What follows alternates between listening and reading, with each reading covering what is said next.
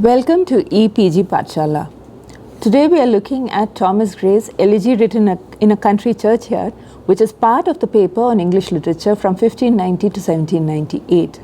I am Anna Kurian and I teach in the Department of English at the University of Hyderabad. We are considering Thomas Gray today as part of a movement which eventually moves us from the neoclassical age into the Romantic age. So the last 40 years of the 18th century, when Gray was doing his writing, is called the PreRomantic Age, or the Age of Sensibility, or the Age of Transition, because effectively it transitions from the neoclassical or the Augustan age into the Romantic age. And so we see that shift happening at various levels also within the poetry as well as amongst the poets who are working during that period. Alongside Thomas Gray, we also should be considering somebody like William Blake, who also is a part of this transitional movement.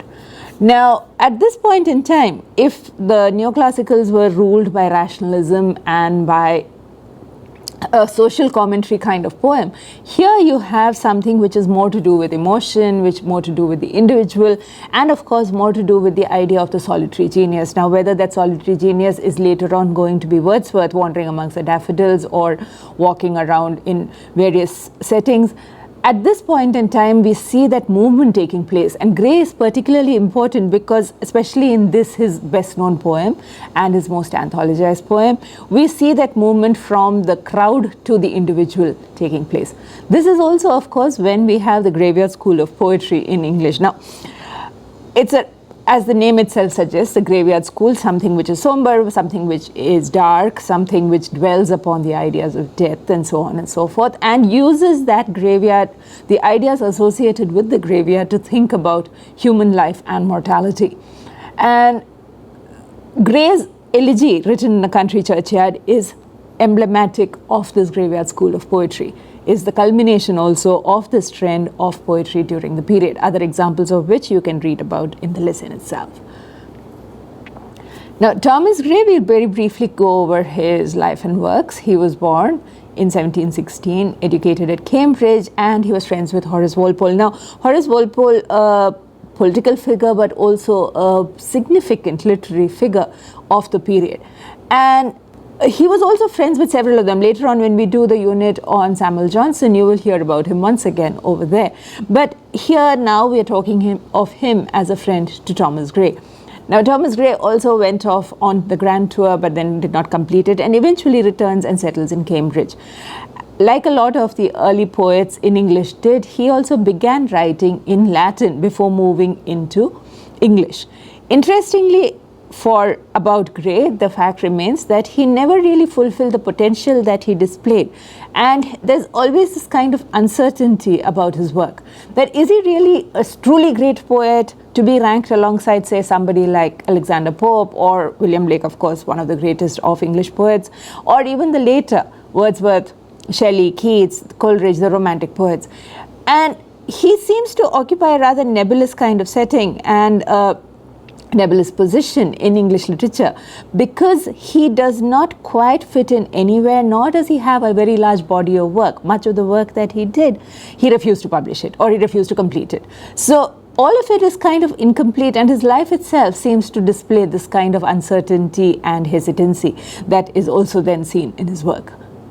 His earliest English work is one, of course, the sonnet to the death of Richard West. Now, Richard West was his closest friend and life companion, shall we say. And once he dies, he then goes into this kind of elegiac mode. And though Gray's Elegy written in a country churchyard is supposed to be not about one specific person, even here people have found echoes of his devotion to Richard West. And he also wrote other poems, Ode to Spring, Ode on a Distant Prospect of Eton College, etc., etc. All of them set in very specific forms, so the ode, the elegy, the sonnet, and so on. So displaying a certain technical expertise, which was also wedded to an emotional expertise, but yet success came to him only when eventually he published the elegy itself in 1751. And the elegy was published not because he wanted to publish it, but because others were publishing hacked versions of it, and so finally he gave in and published it. Now, amongst his last works are two Pindaric odes, The Bard and The Progress of Poesy, and The Progress of Poesy still has some currency, but eventually, of course, he dies at the age of 55, and he is buried in a churchyard, which is also supposed to be the setting for the poem that we are going to be looking at today, the Stokes churchyard. And the elegy itself is supposed to have been set there. So what we see in the poem is also where he is eventually buried. And this later on we'll see how this has a particular resonance, because the last three stanzas of the elegy itself are supposed to be his own epitaph. So he is buried where he wrote about his own epitaph as well. Now, first of all, the elegy begins with three stanzas which set the scene for us. And let's briefly read them aloud. Elegy written in a country churchyard. The curfew tolls the knell of parting day. The lowing herd winds slowly o'er the lea. The ploughman homeward plods his weary way and leaves the world to darkness and to me. Now, those four first lines of the poem, where you have the curfew which tolls the knell of parting day, basically you're being told that the day is ending. And the cows are returning home with their cow herd. The ploughman is going home. And notice, of course, that he plods his weary way. There is tiredness in everything. Everything is ending. People are going home wearily, having worked through the day. And what is left? The world is left in darkness. And in that darkness, there is one figure, the figure of the poet. Now, usually when we think about elegy written in a country churchyard, we are also used to thinking about the speaker as being grey himself. Now, that is not necessarily true, that the speaker is equal to grey. The speaker is the speaker, and then there is grey. So when we listen to that last word of the first stanza, leaves the world to darkness and to me, the me is not necessarily Thomas Gray, but could be the speaker of the poem as well. Then, of course, he goes on to set the scene in the rest of it, that the glimmering landscape is fading out, and all the air a solemn stillness holds. Notice, if you will, the alliteration, which is a common feature of practically every stanza.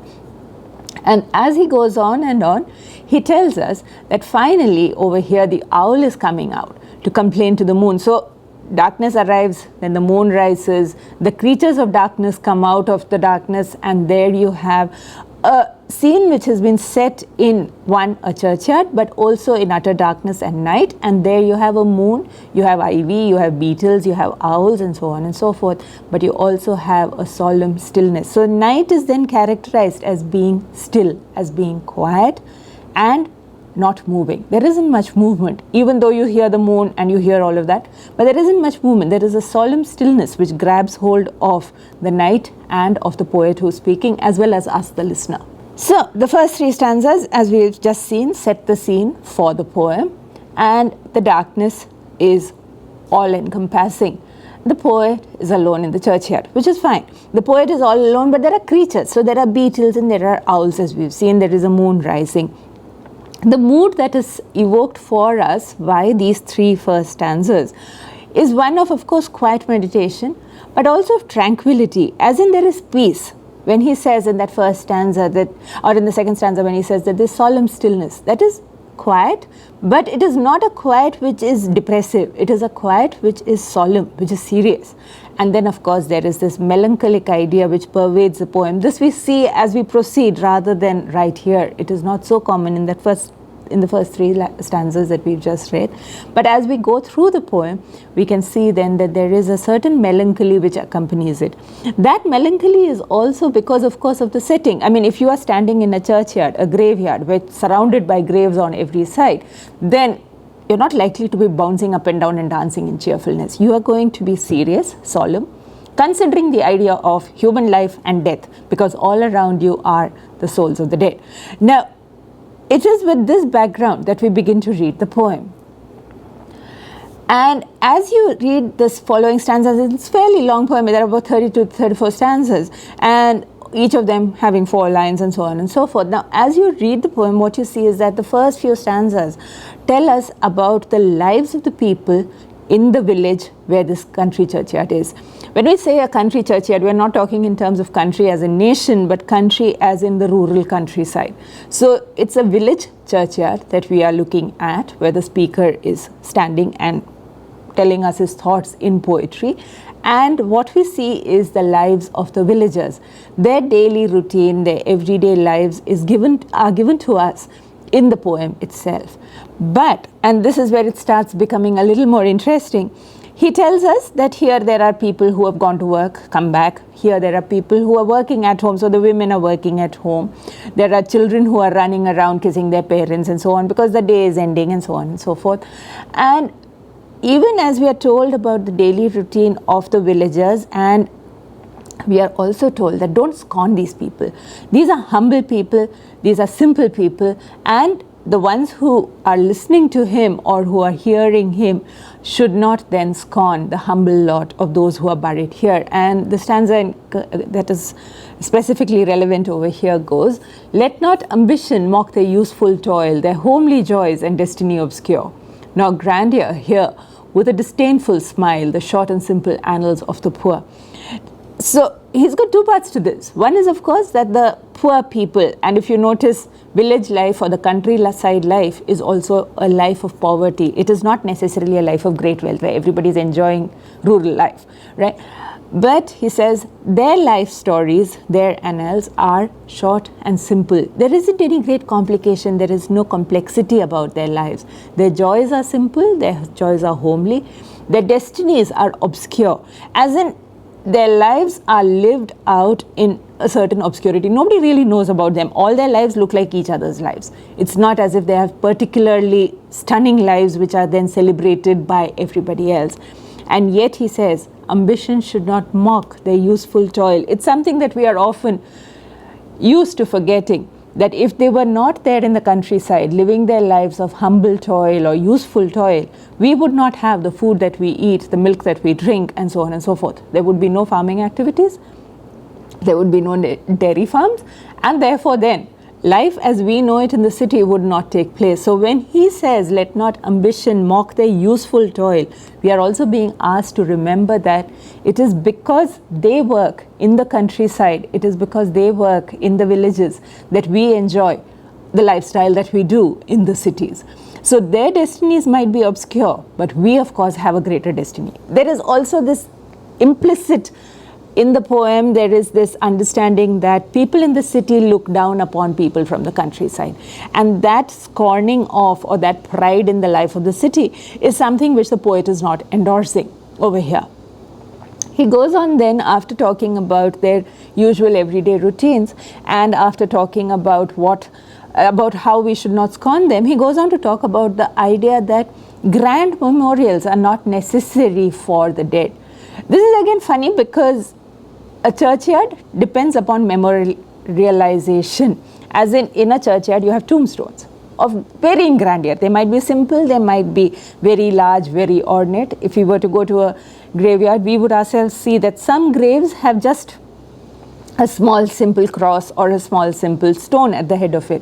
Others have angels, and they have large, practically like houses erected as memorials. So the poet then reminds us that a memorial is not really necessary. Once you're dead, you're dead. Nothing you do can awaken those who are dead. And he comes back once again to remind us that in death, all are equal.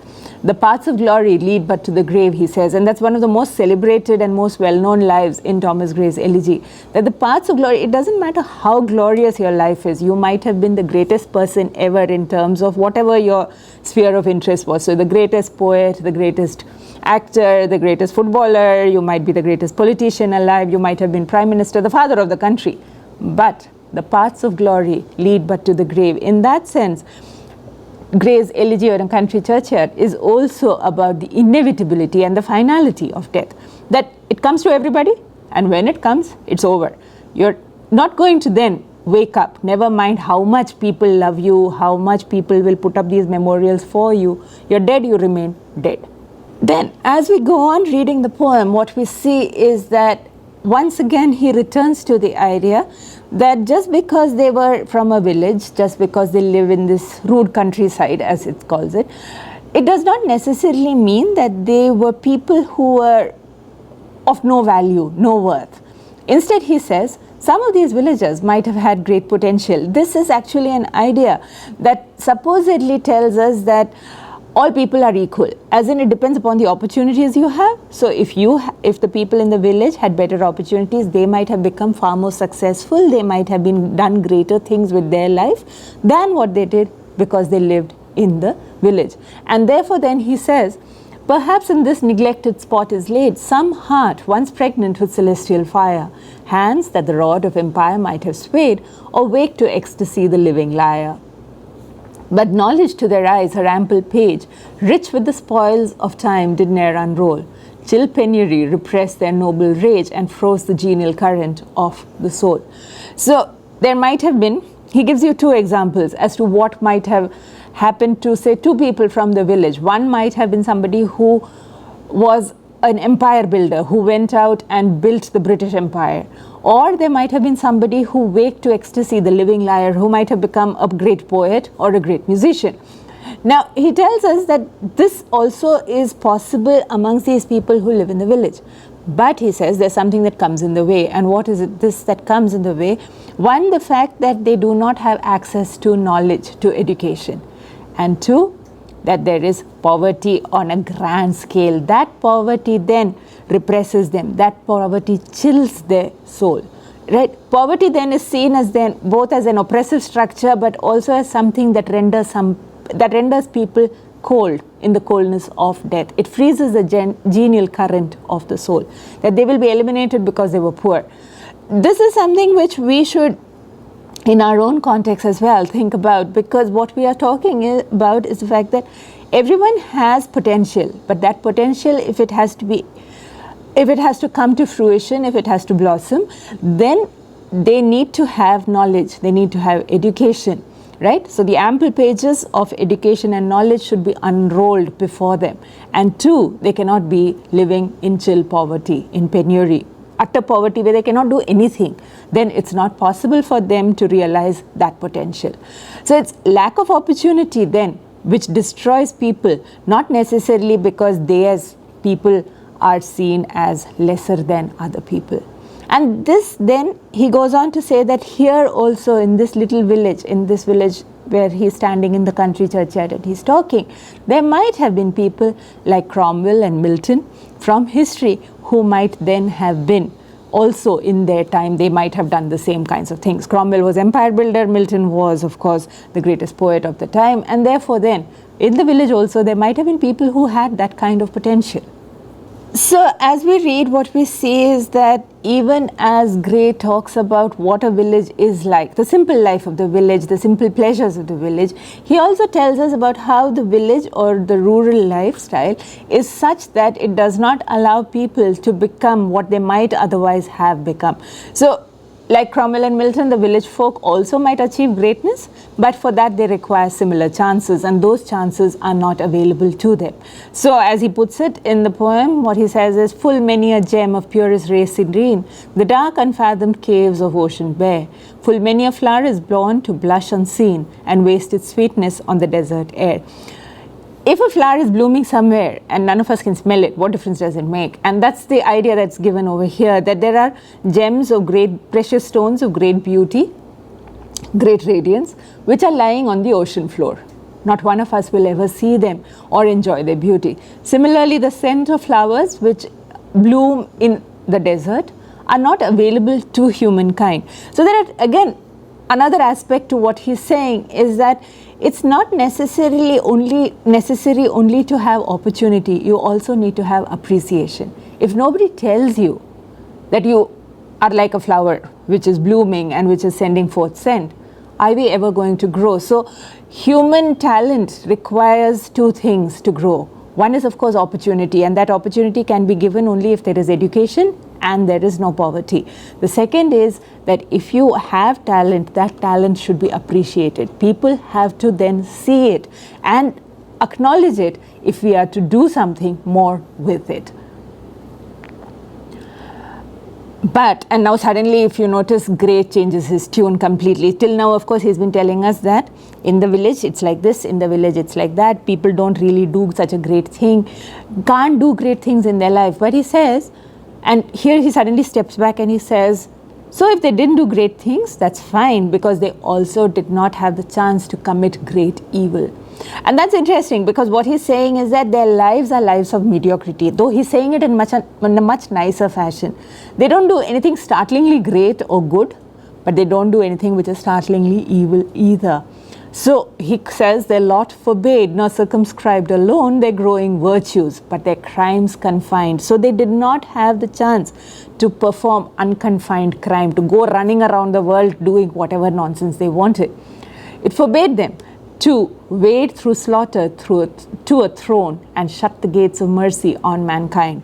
So if you go back to the example that he used, Cromwell in one sense spearheads the revolution in England and the Civil War, and he is responsible for killing many, including, of course, the king of the time. So when he says that it forbids the poor villager to wade through slaughter to a throne, he is then asking us to think of the fact that mediocrity or staying unknown in a village is actually, in one sense, not such a bad thing. The simple life of the village also prevents you from doing great crimes, from destroying civilizations, from showing no mercy to mankind. So neither do they become tyrants and wicked kings or rulers or empire builders, nor do they then achieve greatness. Then the second thing he says is that if they had been great poets, their poetic talent or whatever, their musical talent, their artistic talent would have to be sold, because all art is eventually also about earning a living through that art. So he says artistic talent, which would then have been commercialized. So therefore then these people did not then commercialize their talent, their gift. So their lives are seen as moderate and therefore beautiful. This is particularly important because if you think about it, this is a poet who's saying they didn't commercialize their artistic talent. It's also the kind of attitude which helps us to say that they're good, but they should remain where they are. Because if they remain where they are, then they do not form a threat to those who are doing other things. So in one sense, what we are doing is we are repressing what might have come out from there. We're telling them, you're leading good lives over there. Continue to lead those good lives, your small lives. Those are important, those are pleasant. And that way you will not do any great criminal acts, you will not commit evil. And it's better that you remain that way. That way also, they are stopped from becoming competition for those who are in the cities. So it's a form of repression that is being exercised via the poem itself. And as he goes on to say in the latter half of the poem, they remain far away from the ignoble strife of the madding crowd. And that phrase, that far from the madding crowd, which most of us are familiar with via Thomas Hardy's novel title, comes from this. Far from the madding crowd's ignoble strife, their sober wishes never learned to stray. Along the cool, sequestered vale of life, they kept the noiseless tenor of their way. They do not cause a ripple in the life of the larger population. And that is seen as a virtue. That is also, of course, a way of keeping them in their place. So it's a strategy of teaching the ordinary people that this is good for you, you stay this way. You will never then be competition to those who are in other places, those who might be doing greater things. You will also never share those benefits. So you are then emphasizing a kind of economy by which they are restrained to their own small sphere of activity, and they will not in any way threaten those who might have greater opportunities because they never turned up over here. Then, of course, he goes on to the idea of erecting memorials. Now, erecting memorials is something which comes over and over again within the poem. First of all, of course, when we start out with the idea in the title itself, Elegy written in a country churchyard, we are talking about memorials in a country churchyard. Then when he talks about the fact that there are memorials even here in the churchyard, but these memorials are humble markers. They are little stones, small stones. They are nothing very grand over here, right? So it is then about the idea of how do you mourn somebody, and that's something which he does quite a lot with. One, of course, is the idea that nobody wants to live a life where he or she is not remembered in the afterlife. When you die, somebody should remember you, ideally. So therefore then you put up a memorial stone. But is it only via a memorial stone that you will be remembered, or is there something more that has to be done? Or is there something more by which you are remembered? Now, the elegy and the title itself, the elegy is a form of poetry, a lyric form of poetry, which is used to mourn the death of somebody. So you have very famous elegies in literature, and this is of course one of the most famous, but others include Lycidas, and then there is the Scholar Gypsy by Matthew Arnold as well. Now, the elegy itself begins with memorializing, one, the common people of the village. Two, via the common people, he begins to memorialize mankind at large, that everybody dies, everybody needs a memorial, and he is providing them a memorial in this poem. And then from the general, he comes down to the particular. The last three stanzas of the poem are an elegy for himself, because in that he writes his own epitaph, which will then, he believes, live on and memorialize him. So it works at various levels, what he is doing here within this poem. He is then memorializing not just from the particular, the country churchyard, he moves it outwards towards the larger population of the country, the world, if you will, and then from that larger population, he brings it right down to himself, and he memorializes himself. So the elegy mourns the death, the mortality of three sets of people. But in addition to mourning mortality, he also does something else. He celebrates mortality. He says that everybody will come to the grave. It does not matter whether you're great or whether you're humble. Eventually, what you end up with is death. So therefore, the commonality of death and the communality of death, that when you die, you are here, right? That even as he says there is no need for memorialization, he is memorializing. So there is this kind of paradoxical understanding which works within the poem, that he says there's no need to do it, but he himself is doing it, and he's doing it for himself in the future as well. That's one aspect to it. But also that he says, doesn't matter whether you're great.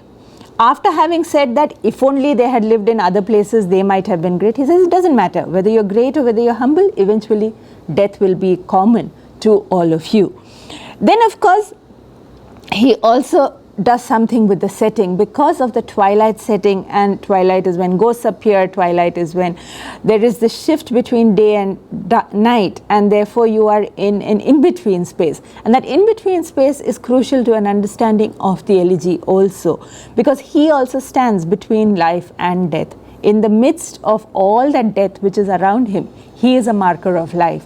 So the setting of the poem is also important, because it's set in a time and a place which marks it out as being a kind of marginal space or a threshold space. It's a space wherein you cross over from life to death.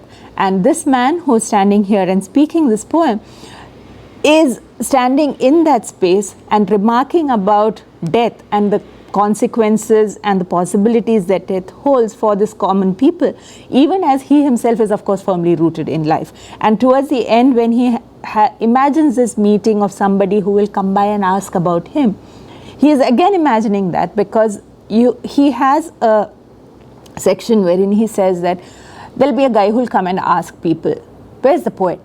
And then he says, they will say that, oh, there was a guy like that, there was a poet, there was this man like this poet over here. But that man, he used to be very interested in nature, and he used to be always enjoying the beauties of nature, and he would be seen here and he would be seen there. But eventually, he was not seen for a couple of days, and then on the third day or second day, we saw his body being carried off to the churchyard. So if you think about it, the poet is also then positioning himself as moving from life to death. And in that death then, he then tells us how exactly he wants to be remembered. And later on, of course, we will come to the epitaph, which he will then read aloud. The person who asked those questions about the village, from the villagers, as to where is the poet, will then read aloud the epitaph. And this is what he says: here rests his head upon the lap of earth, a youth to fortune and to fame unknown. Fair science frowned not on his humble birth, and melancholy marked him for her own. Large was his bounty and his soul sincere. Heaven did a recompense as largely send. He gave to misery all he had, a tear. He gained from heaven, 'twas all he wished, a friend. No further seek his merits to disclose, or draw his frailties from their dread abode. There they alike in trembling hope repose, the bosom of his Father and his God. Interesting set of lines, because he takes us to the idea that he himself was humble. He himself was poor. Now, this, of course, is manifestly false, because we know that he wasn't a village man. in that sense. Though he settled eventually in Cambridge, he was not a villager in that sense. He had gone on the grand tour, he had done several things, and he was not a poor man from a village, illiterate, chilled by penury, etc. But he imagines himself to be thus. So he is also then, of course, giving us a fictionalized report about himself. He is telling us a mythical story about himself. He says he was scholarly, but he was poor. He didn't really do anything very much, and he was unknown to fame. All of which are assertions which can be claimed to be slightly fictional. He was not unknown to fame. I mean, he was friends with Horace Walpole, one of the greatest names of the time. So he could hardly have been unknown. But, and then he goes on to the fact that heaven gave him a friend. And this is, of course, the reference to Richard West, whom is also supposed to be memorializing here in this poem. That he brings back the idea of living on, even when dead, because a friend remembers you. And he goes on to say that there is nothing that he wants from life, then that people should not probe into his merits or demerits, and instead God will be eventually the judge who will sit in judgment on them. Now, the poem as it is gives us, of course, the themes of mortality and morality, and this is where I would like to spend a little bit of time talking about the fact that mortality is final. But what he does with the idea of mortality is, even as he tells us that everybody dies, he also tells us that everybody is remembered after their death. And then he goes on. So he goes back and forth between these two ideas that you will die. Once you are dead and it is final. But once you are dead, others will remember you. And how will they remember you? Then, of course, he goes back to the idea that because the villagers didn't do anything very remarkable with their lives, it doesn't matter, they will not be remembered as having been great, but they will not be remembered as having been criminally, evilly great either. So that's a good thing. But eventually, even as he seems to say that they don't need memorializations because they are dead and they are villagers, he also memorializes them. So through the poem, there runs this kind of paradox that even as he claims that you do not need a finite end to mortality, he also then says that it exists. So he says there is no need to do this, but he does it, even as he says so. Then he talks about the fact that life is actually bustling, and the first few stanzas, not the first three stanzas which set the mood, but the ones immediately after that show us that bustling life of an ordinary individual, the things that they do every day. You go to work, you come back, your children are there around you, you talk to them, you talk to your wife, etc., etc. The small events of everyday life. Now those are something which he sees as important, which he sees as essential, and which he sees as valuable. The villagers have a small, simple life that is important, that is good. But that small life also, of course, ends in death, just like the lives of the great end in death. So he talks about the community and he talks about being alone. And the graveyard is again symbolic, like it is symbolic of that passage from life to death. The graveyard is also important because of the idea of the community and the communal and the idea of isolation. The poet alone is alive in the midst of a community which is a community of death. Everybody there is dead, buried, and the names on the tombstones are also an indication of community because they are all linked names. So you'll have three people who all share the same surname who might be buried close to each other. And then you have this one person who is all alone standing in the midst of a community of dead people, and he is isolated. So the poem gives us many of these contradictory ideas which are woven together by Gray, and which together then come to give us the elegy as something which is far more than its individual component parts, which we have examined in some detail. It is, of course, an elegy, as we have said repeatedly, at many levels. It mourns the people who are there, right there, buried in the graveyard, but it also mourns humanity at large, both those who are great, both those who live in the city, as well as those who are simple people, humble people who live in poverty in the villages. And then, of course, the elegy is an elegy for himself. And death is the leveler, death is the democratic note within the poem, that eventually it lays everyone low. Critical comments according to Dr. Johnson. Now, Dr. Johnson was a great admirer of the poem. He thought that it was something amazing, and he said that it finds a mirror in every mind. Everybody will like it. And that's actually true, because it has been read as something which everybody can respond to immediately and in similar fashion. Of course, there have been the other school of critics who've said that it is just full of common ideas and it doesn't really do anything very much.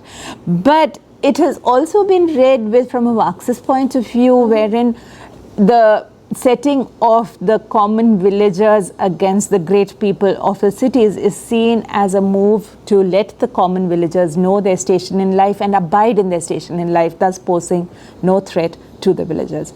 So today we looked at the Elegy written in a country churchyard by Thomas Gray, and we read parts of the poem, but we also then talked about what exactly the poem does, the main themes of the poem, and how people have seen it variously as either reflecting the thoughts of every man or being just too full of cliches and truisms.